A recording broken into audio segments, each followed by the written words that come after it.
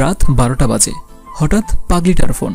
পাগলিটা জেদ করতে লাগলো, নিচে এসো। তাড়াহুড়ো করে নিচে গেলাম। কি হয়েছে? এত রাতে এখানে কেন? তুমি জানো না তোমার চুমু না কি আমি ঘুমাই না? জলদি চুমু দাও। এখন পারবো না। এত রাতে আমার সঙ্গে কোনো মেয়ে দেখলে বাড়িওয়ালা আমাকে বের করে দেবে। চুমু না দিলে যাবো না, আর চুমু না দিলে এবার আমি চিৎকার করব, সবাই এসে দেখবে। আমি আলতো করে পাগলিটার কপালে একটা চুমু খেলাম। পাগলিটা আমার এক হাত জড়িয়ে ধরলো আর বলল, এবার আমাকে বাসায় পৌঁছে দিয়ে এসো। কি আর করার, আমিও পাগলিটার সাথে কথা বলতে বলতে ওকে ওর বাসার সামনে ছেড়ে দিলাম। কাল আমরা ঘুরতে যাব? কাল অফিস আছে, তারপরের দিন যাব। আচ্ছা ঠিক আছে। পাগলিটা আবার গালে একটা চুমু খেয়ে আমাকে গুড নাইট বলেই ওর বাসায় ঢুকে পড়ল। আমিও আমার বাসায় এসে শুয়ে পড়লাম। পরের দিন অফিস থেকে বাসায় ফিরলাম রাত 9টা বাজে। সারা দিন পাগলিটার সাথে কথা বলতে পারিনি। ওর কথা ভাবতেই ওর ফোন আসলো। ফোনটা রিসিভ করলাম। বাবু নিচে এসো, একটা সারপ্রাইজ আছে। আমি নিচে গিয়ে দেখি পাগলিটা দাঁড়িয়ে আছে। ওকে মেরে দেখছিলাম, ওর হাতে কিছু নেই। কই তোমার সারপ্রাইজ? ভাবলাম পাগলিটা চুমু খাবার জন্যই এখানে এসেছে, তাই ওকে চুমু খাবার জন্যই ওর দিকে এগিয়ে যাচ্ছিলাম।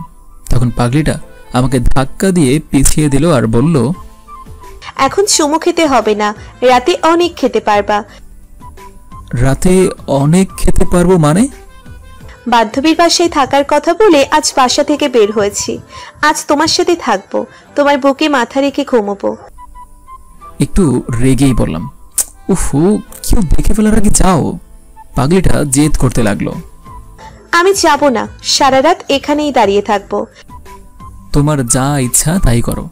আমি আর কোনো কথা না বলে রুমে চলে আসলাম। কিছুক্ষণ পরে জানালার ফাঁক দিয়ে বাইরে তাকালাম। দেখলাম পাগলিটা এখনো যায়নি, মুখটা গোমরা করে দাঁড়িয়ে আছে, আর এদিকে কিছু বাজে ছেলেরা ওর দিকেই এগিয়ে আসছিল। আমি নিচে গিয়ে পাগলিটার হাত ধরে টেনে আমার রুমে নিয়ে আসলাম। এখন কি করি? বাড়িওয়ালা জানতে পারলে তো বের করে দেবে, তাই পাগলিটাকে লুকিয়ে রাখলাম। তারপর দুজন একসাথে ডিনার করে শুয়ে পড়লাম, আর পাগলিটা অমনি দুষ্টুমি শুরু করে দিল। পরের দিন ঘুম থেকে উঠে দেখি পাগলিটা আমার বুকে মাথা রেখে ঘুমিয়ে আছে। অনেক মিষ্টি দেখতে আমার পাগলিটা, একদম মায়াবী মুখ, কি আরামেই না ঘুমিয়ে আছে। না জানি কি স্বপ্ন দেখছে সে। আমি আলতো করে ওর চোখে মুখে আমার হাত বলিয়ে দিচ্ছিলাম। তখনই পাগলিটা আমার হাত ধরে ওর গালের সাথে চেপে ধরে রাখলো, যেন এটা ওর নিজেরই হাত। আমি এবার হাতটা সরিয়ে নিতে চাইলাম, কিন্তু পাগলিটা আরো শক্ত করে ধরে আছে, ছাড়ছেই না। এবার জোর করেই হাতটা সরিয়ে নিলাম। পাগলিটার ঘুমটা ভেঙে গেল, তাই পাগলিটাকে বললাম, জলদি বাসা থেকে যেতে হবে, তোমাকে কেউ দেখে ফেলতে পারে। আজ তোমার অফিস বন্ধ, তাই আজ সারা দিন তোমার সাথে কাটাবো, সারাদিন ঘুরবো, সন্ধ্যায় তুমি আমাকে বাসায় দিয়ে আসবে।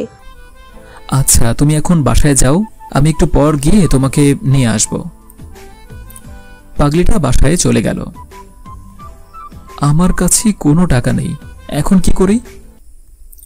পাগলিটাকে নিয়ে সারাদিন ঘুরবো। পাগলিটা যদি কিছু আবদার করে, না দিয়ে কি পারবো? উফ! তাই আমি আমার এক বন্ধুর কাছে ফোন দিলাম, 1000 টাকা ধার নিলাম। পাগলিটার বাসার দিকে রওনা হচ্ছে। ওর বাসার সামনে গিয়ে ওকে ফোন করলাম। পাগলিটা খুব সুন্দর করে সেজে এসেছে, ওকে অনেক সুন্দর লাগছে, আর আজ একটু অন্যরকম ভাবেই সেজেছে পাগলিটা। এর আগে কখনো এভাবে সাজতে দেখিনি, তাই কিছুক্ষণ হা করে তাকিয়েছিলাম ওর দিকে। কি দেখছো অমন করে? তোমাকে আজ অনেক সুন্দর লাগছে, চোখ সরাতে পারছি না। পাগলিটা মিষ্টি একটা হাসি দিয়ে বলল, দেখতে হবে না বউটা কার? এবার আমরা ঘুরতে রওনা হলাম। পাগলিটাকে আজ অনেক খুশি লাগছে। আমাকে ছাড়া পাগলিটা কিছুই বোঝে না, আমি সাথে থাকলে যেন ওর আর কিছুই চাই না।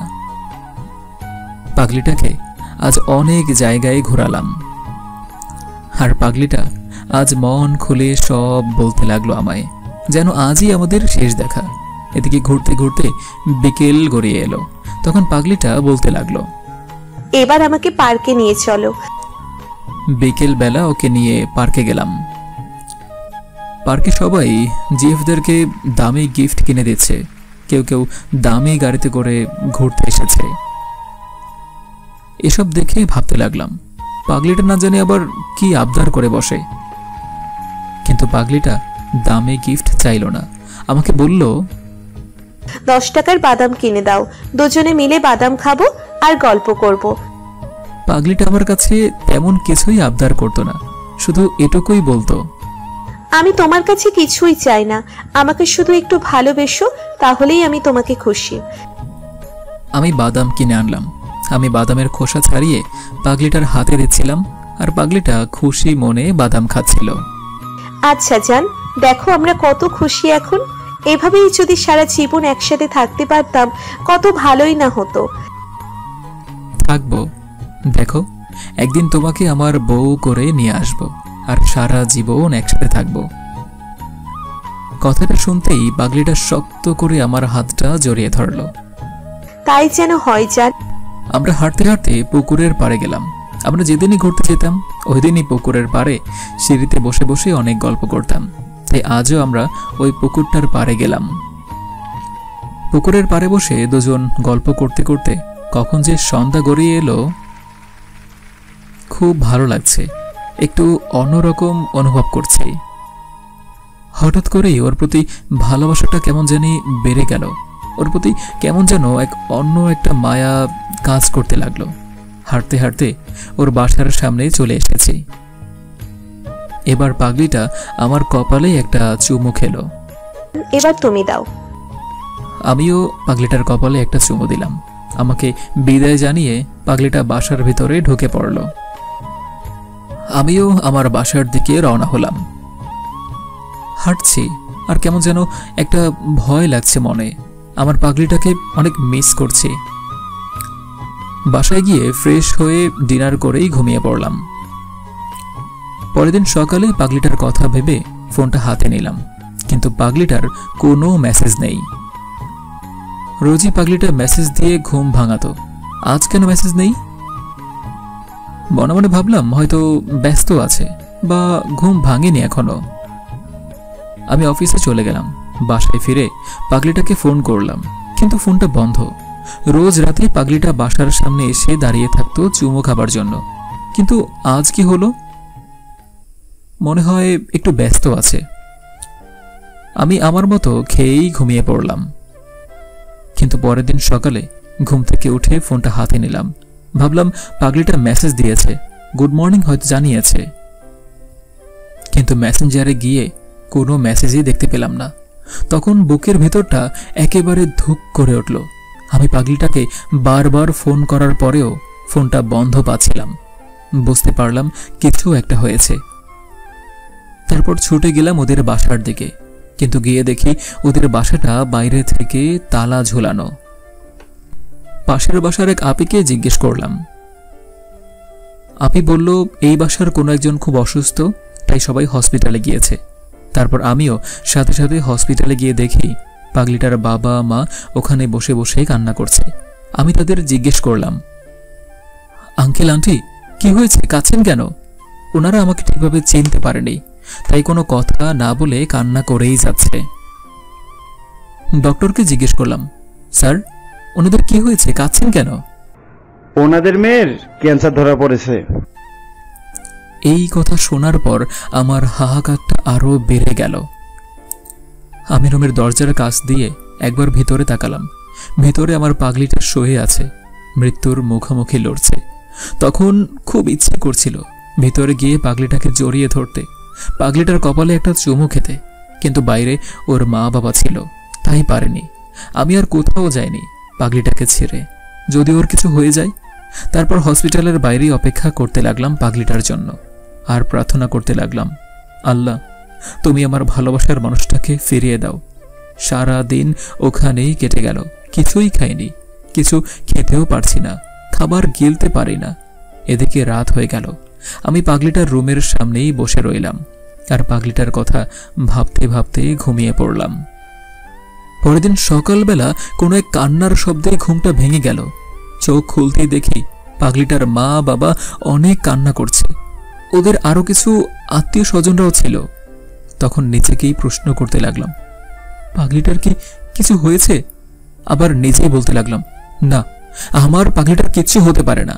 সবার কান্নাকাটি দেখে অনেক ভয় করছিল আমার।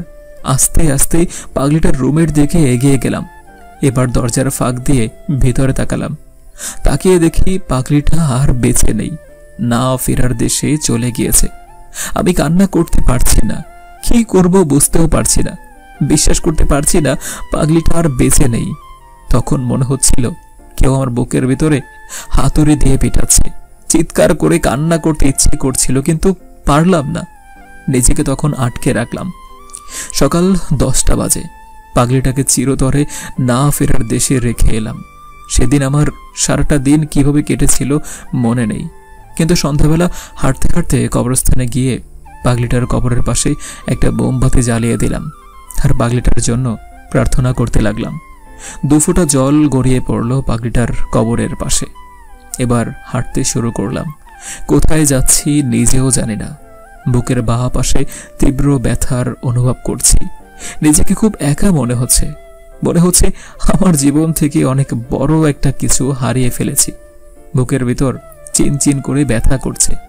হাঁটতে হাঁটতে পৌঁছালাম সেই পুকুর পাড়ে, যেখানে বসে রোজ আমি আর পাগলিটা গল্প করতাম। পাগলিটা আমার কাঁধে মাথা রেখে গল্প করত। আকাশে তখন মিটিমিটি তারা জ্বলছে, আর তারার দিকে তাকিয়ে রইলাম। চলে গেলাম কল্পনার রাজ্যে। পাগলিটার সাথে কাটানো সময়গুলো ভাবতে লাগলাম। এখন আর কেউ মেসেজ দিয়ে গুড মর্নিং বলে ঘুম ভাঙাবে না। কেউ রোজ রাতে এসে বলবে না, জান আমার কপালে চুমু দাও। এখন আর কেউ আমার বুকে মাথা রেখে ঘুমাবে না। এসব ভাবতেই চোখের পানি গড়িয়ে পড়তে লাগলো। সত্যিকারের কিছু কিছু ভালোবাসাগুলো এভাবেই ক্ষণস্থায়ী হয়ে যায়।